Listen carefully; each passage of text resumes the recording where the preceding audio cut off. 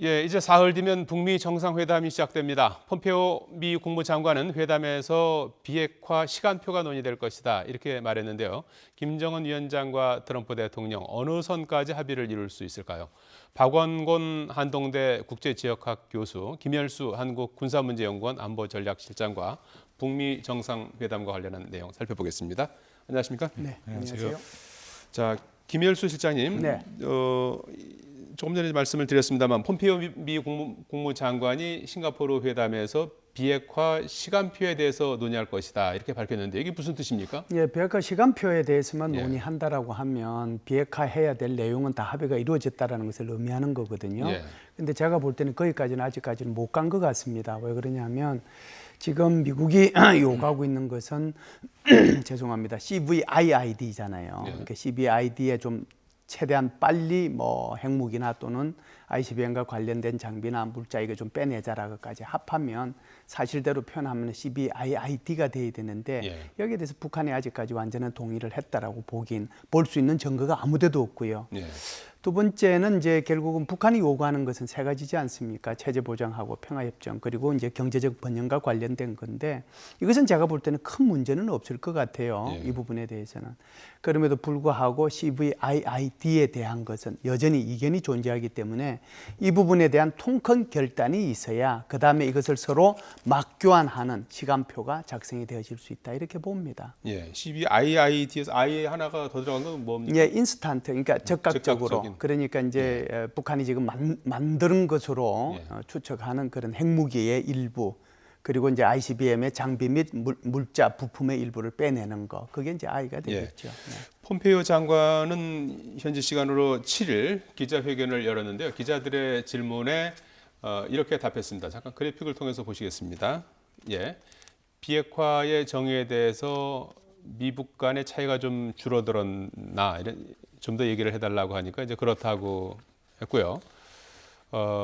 김정은 위원장이 완전하고 검증 가능하며 불가역적인 비핵화, 이 CVID와 관련한 결단을 내리기를 기대한다.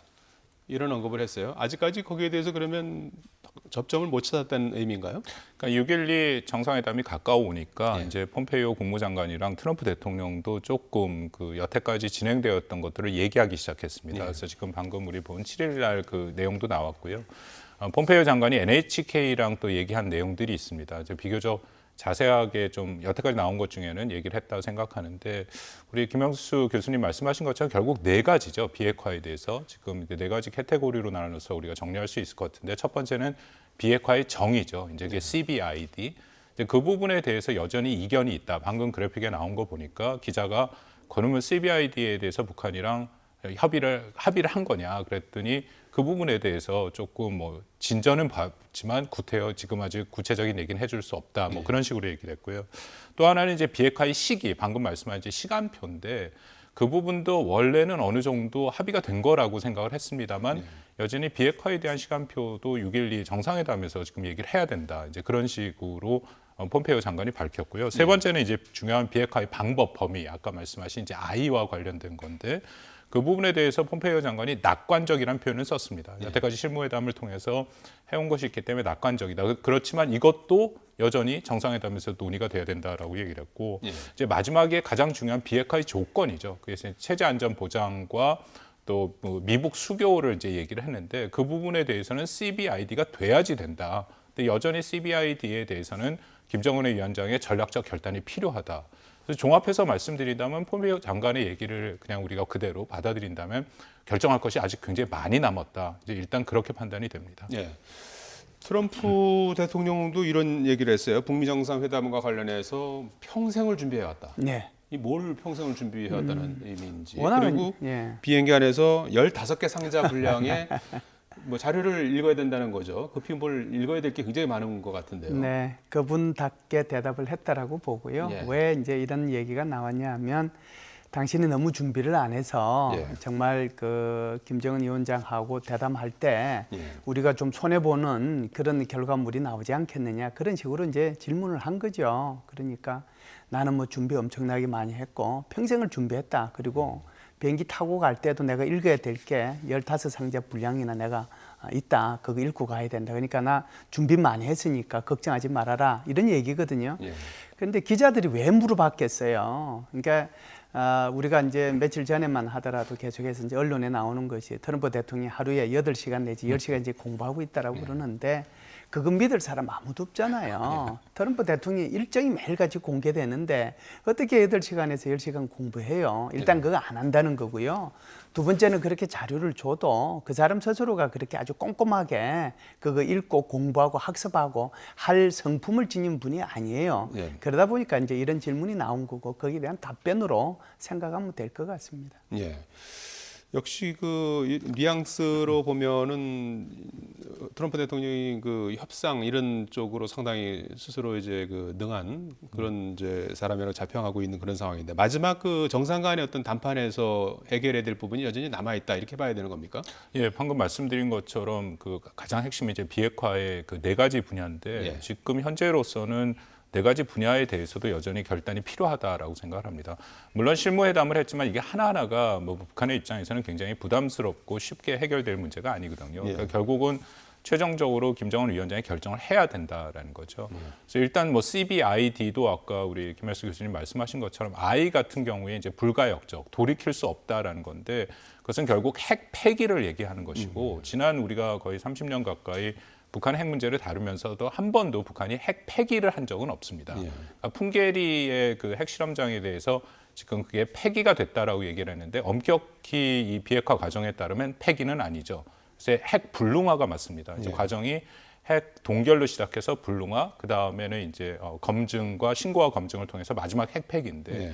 그러니까 미국은 이제 그것을 잘 알고 있기 때문에 이번에 얘기한 것은 앞에 부분에 비중을 두다 보면 시간 끌기밖에 안 되니까 이제 직접적으로 핵 폐기로 들어가자 얘기를 한 것이고 북한의 입장에서는 이른바 과거 핵이라고 만들어 놓은 핵은 끝까지 보유를 하고 있고 마지막에 이제 포기를 하는 것이 그들의 그 자위력 차원에서도 유리하고 협상 차원에서도 유리한 것이죠. 예. 결국 그 부분에 대해서 여전히 미북 간에 이견이 있다라고 생각을 합니다. 예. 트럼프 대통령이 정상회담에서 북한의 인권 문제도 다룰 것이라고 언급했거든요.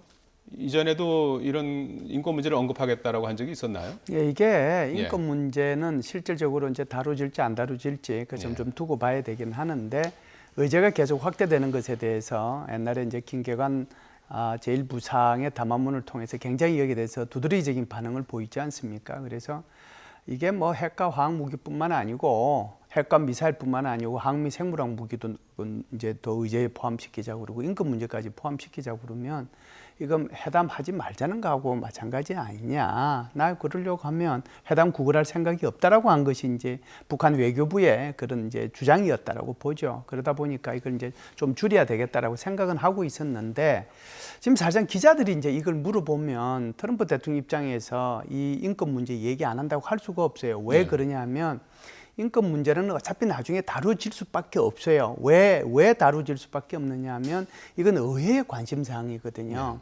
북미 수교가 이루어지려고 하면 그 북미 수교의 핵심적인 권한은 누가 갖고 있느냐 하면 미의회가 갖고 있는데 미의회가 북한의 인권 문제에 대해서는 진전이 없는 상황에서 절대로 북미 수교를 허락해 주지 않을 거라고요. 그렇기 때문에 이제 기자들이 이렇게 물었을 때 트럼프 대통령 입장에서는 이 얘기를 할 수밖에 없었고 게다가 또 엊그제는 또 아베 총리하고 일본이 납치 문제에 대해서 언급하겠다고 얘기하지 않았습니까? 그렇기 때문에 제가 볼 때는 뭐 전체적으로 포션을 보면 글쎄요 아주 그냥 간단하게 이 문제는 뭐 언급은 할 수 있다. 저는 그렇게 생각은 합니다. 예. 이 트럼프 대통령이 어제는 한반도 종전 합의 가능성에 대해서도 언급하지 않았습니까? 물론 이거는 이제 그 비핵화 합의의 어느 정도 진전 정도에 따라서 이제 따라붙는 그런 동전의 양면이라고 봐야 되는 건가요? 그 트럼프 대통령이 정확히 표현한 것은 이제 종전 합의라는 얘기를 썼습니다. 영어로 죄송합니다. agreement라는 얘기를 했는데 우리가 지금 여태까지 얘기한 것은 종전 선언이죠. 그러니까 종전 선언이라는 것은 정치적인 것이기 때문에 이것이 어떤 의무가 부과되는 것은 아닙니다. 일종의 협정은 아니다라는 거죠. 트럼프 대통령이 아마 종전 선언을 의미한 것 같은데 이 종전 선언을 이번에 얘기할 수도 있다. 근데 거기에 붙여서 중요한 얘기를 했습니다. 종전 선언 서명은 쉬운 부분이고 사실 어려운 부분은 종전 선언 이후에 남아 있다라는 거죠. 그래서 이 의미를 저희가 해석해 보면은 종전 선언이라는 것을 통해서 북한한테 일종의 체제 보장의 첫 걸음에 어떤 그런 제스처를 선한, 그러니까 일종의 이제 뭐 미국에서 제공할 수 있는 몇 안 되는 체제 부장안의 첫 걸음이 될 수 있는 거죠. 예. 그래서 그 정도는 해줄 수 있다. 근데 이후에 정말 중요한 평화 협정이나 그런 것들은 역시 북한의 비핵화, 또 미북 수교도 마찬가지입니다만 북한의 비핵화가 어느 정도 완성되는 후에 그 가능한 것이다. 이제 그렇게 얘기를 한 것이다라고 예. 해석이 됩니다. 어느 정도 수준에서 비핵화 관련된 그 합의점을 이뤘을 때 종전 선언까지 가능하다고 보십니까? 그러니까 종전 선언은 사실 뭐 정치적인 그런 의미가 있기 때문에 예. 만약에 그 트럼프 대통령의 또 협상의 그런 어떤 여태까지 해온 것을 보면 뭐 할 가능성도 저는 완전 배제할 수는 없다라고 생각합니다. 예. 그것은 어떤 의무가 부여되는 것은 아니고요. 그리고 특히 이제 북한의 입장에서는 나름대로 비핵화의 전략적 결단을 만약 북한이 했다 하면은 국내에 있던 북한 내부에 대해서 그것을 설득하는 작업이 필요하지 않습니까? 예. 만약 종전 선언을 했다면은 뭐 북한 입장에서는 그렇게 얘기할 수 있겠죠. 미국이랑 굉장히 오랫동안 적대시 관계를 했는데 이제 종전 선언이 됐으니까 우리도 핵을 정말 우리가 세계 평화를 위해서 어느 정도 포기할 수 있다. 이제 뭐 그런 식의 어떤 나름대로 명분은 살릴 수 있다라고 생각을 합니다. 그런 의미에서 미국이 던져줄 수는 있다라고 생각하는데, 근데 그것이 그렇게 간단한 문제는 아니죠. 왜냐하면 지금 말씀드린 것처럼 6.12의 선언이 될지 뭐 합의가 될지 저희가 좀 봐야겠습니다만 어떻게 나올지 모르는 상황에서 만약에 종전 선언을 해버린다면 미국 내에서 이미 뭐 굉장히 많은 비판이 이뤄지고 있지 않습니까? 예. 너무 많은 것을 양보한다.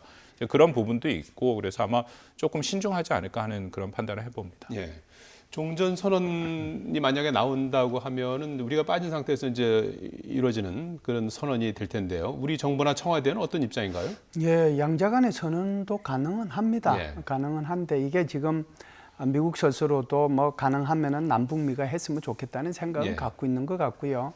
우리 뭐 대통령께서는 뭐 수차례에 걸쳐서 이게 남북미 종전선언에 대해서 말씀을 하시지 않습니까? 4월 27일 날도 그렇고 5월 26일 날도 그렇고 또 뭐 5월 22일 날 저기 한미 정상회담 할 때도 그 말씀을 하셨기 때문에 가능하면은 남북미 위한 종전선언을 했으면 좋겠다라고 하는데 지금 박문권 교수님 말씀하신 것처럼 사실상 미국하고 북한하고 정상회담을 해서 그 정상회담 할 때 CVID에 대한 어떤 정의 문제도 합의도 못하고 북한이 CVID 하겠다 소리도 안 하고 또 핵무기나 또는 뭐 ICBM의 일부를 조금이라도 좀 빨리 내겠다 소리도 안 하는데 종전선언을 할 수는 없잖아요. 네. 거기에 대한 결과는 아무것도 없는데 종전선언만 먼저 해버리면 트럼프 대통령이 이루 말할 수 없는 공경에 처하게 되거든요. 그렇기 때문에 계속해서 종전선언도 할 수 있고 그다음에 북미 수교도 할 수 있고 계속 이 얘기를 던져주는 것은 당신이 CVID 결단만 하면 예. 우리 종전선언도 할 수 있고 난 거기에 더해가지고 서명식까지 할 수도 있고 그리고 이제 당신 워싱턴으로 부를 수도 있고 그러니까 당신이 CVID만 해라. 그걸 계속해서 지금도 압박을 하고 있는 그런 형국이라고 봐야지요. 예. 그러면은 김정은 위원장은 어떤 그 식으로 화답을 할 수 있을까요? 그래서 이제 그게 제일 큰 문제잖아요. 큰 문제이기 때문에 그 김영철 통전부장이 폼페오 국무부 장관을 만났을 때도 31일 날 회담하고 나서도 폼페오 국무부 장관이 할 일이 많이 남아 있다라고 그러면서 김정은 위원장의 그 결단이 필요하다라고 얘기한 거고요. 엊그제 지금 저기 그 언론 인터뷰들을 통해 가지고 다시 또 한번 얘기했거든요. CVID에 대한 김정은 위원장의 결단이 필요하다. 이게 지금 이 말을 거꾸로 얘기를 하면 지금 이 성김 대사하고 최선희 부상하고 6차례에 걸쳐서 판문점 회담을 했지만 네. 여기에 대해서 아직까지 합의에 이루지 못했다는 것을 의미하는 거잖아요. 네. 그렇기 때문에 제가 볼 때는 이제 뭐 내일이나 모레 그때쯤 돼서 다시 최선희 부상하고 또 성김 대사하고 한번 만나든지 그렇지 않으면은 아마 조금씩 다들 뭐 일찍 온다고 하니까 폼페오 국무부 장관하고 김영철이 한 번 더 만나서 이 부분에 대해서 합의가 이루어지지 않으면 굉장히 그 12일 날 정상회담이 아주 이상한 모습으로 끝날 수도 있거든요. 그렇기 때문에 이 통큰 결단을 해라. CVID 분명히 해라. 그러면은 우리는 다 해줄 수 있다. 이 얘기를 지금 지속적으로 하고 있는데 결국은 김정은 위원장한테 손에 달려 있다고 봐야죠. 예, 그 썩히 간단한 문제는 아닌 게 결국 북한이 원하는 것은 체제 안전 보장이죠. 근데 미국이 사실상 해줄 수 있는 게 굉장히 제한됩니다. 뭐 종전 선언은 트럼프 대통령이 그렇게 얘기를 한 것이 뭐 정치적이고 그것이 어떤 그 상징적인 거기 때문에 할 수 있지만 예를 들어서 미북 수교 같은 경우는 아까 김말수 교수님 말씀하셨지만 결국 미 의회의 소관이거든요. 상원에서 그것이 통과돼야 되는 부분이고 제재를 해제하는 것도 사실 미 의회 소관입니다. 이 제재 강화법이 2017년에 뭐 트럼프 대통령이 직접 서명을 했습니다만 그게 다 걸려 있는 거고 6가지 조건이 있고 그 안에는 심지어는 북한 내에 있는 수용소의 모든 정치범을 완전히 석방해야 되는 그런 조건까지 달려 있거든요.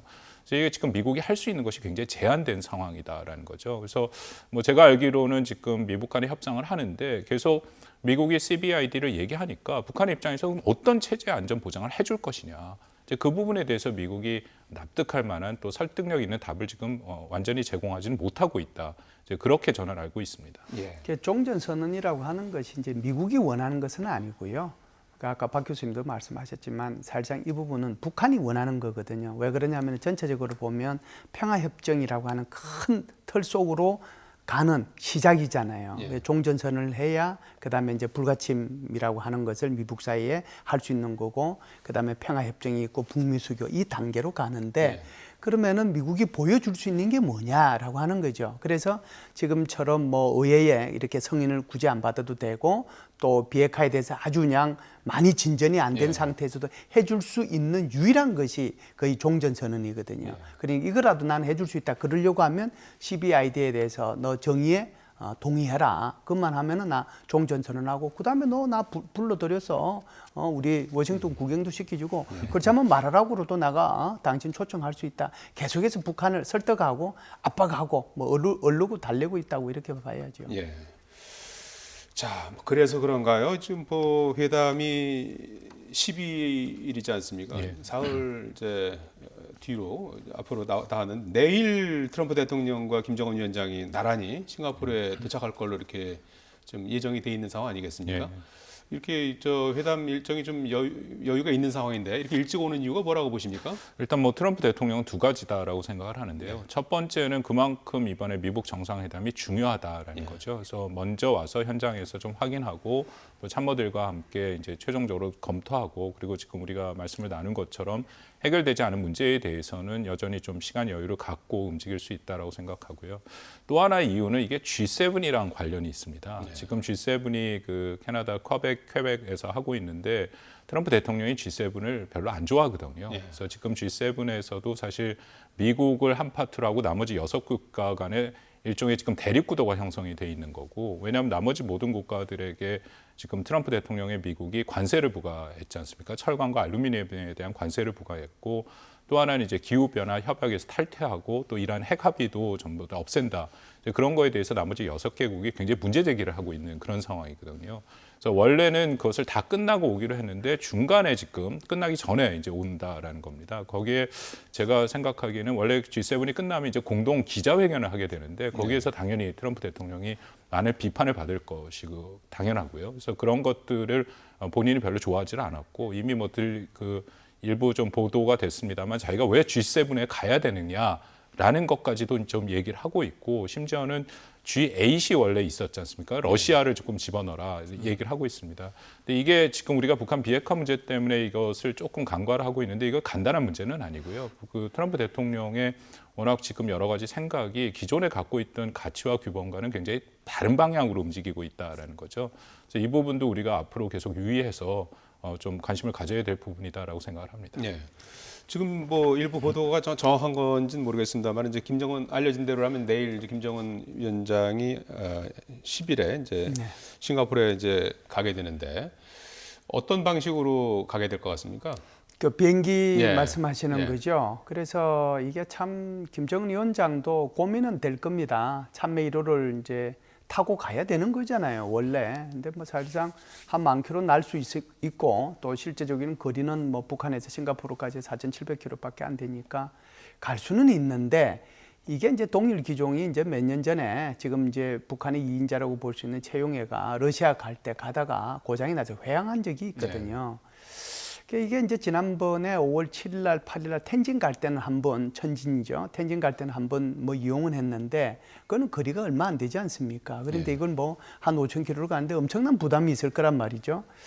지금 상태에서 보면 만일 이제 참매 1호로 타고 간다 보면 벌써 예행 연습이죠. 예. 이미 이제 거기 창의 공항에 가든 그렇지 않으면은 뭐 이 싱가포르에 있는 군 공항에 내리든 이게 벌써 전 세계의 내 외신 기자들이 뭐 거기 다 있을 텐데 그렇습니다. 예. 한 분도 지금 안 잡혔거든요. 그러니까 이제 지금 예행 연습 안 하고 갈 수는 없단 말이죠, 내일.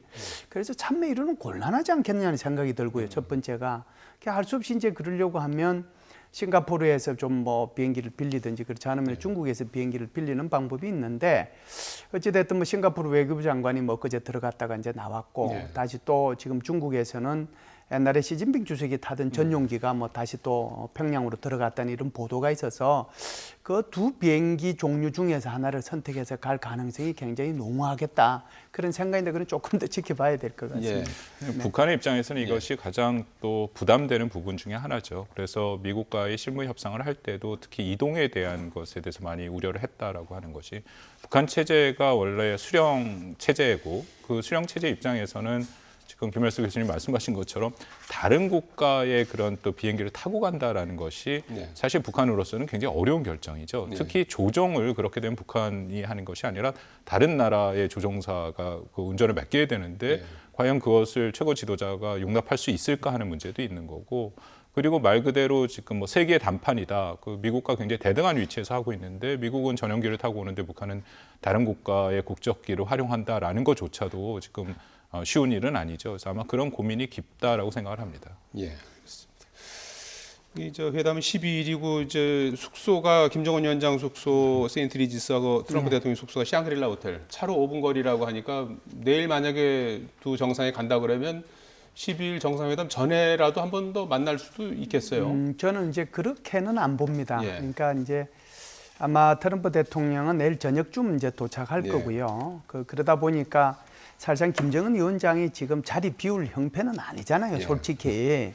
그래서 제가 볼 때는 11일 정도 갈 줄 아는데 하루 먼저 가는데 그런 것은 이제 트럼프 대통령이 10일 온다고 그러니까 본인도 좀 빨리 갈 수밖에 없는 그런 상황이에요. 그런데 결국은 11일 날 하루가 비는데요. 예, 제가 볼 때는 11일 날 두 사람이 만나는 게 아니고 제가 볼 때는 폼페이오하고 김영철이가 만나서 이 공동 성명의 최종 문안을 조율할 것 같다는 생각은 합니다. 예, 이제 막판까지도 끊임없이 이제 조율 작업이 이루어질 걸로 이렇게 예상이 되는 상황입니다. 지금까지 박원곤 한동대 국제지역학 교수, 김열수 한국군사문제연구원 안보전략실장이었습니다. 두 분 고맙습니다. 감사합니다.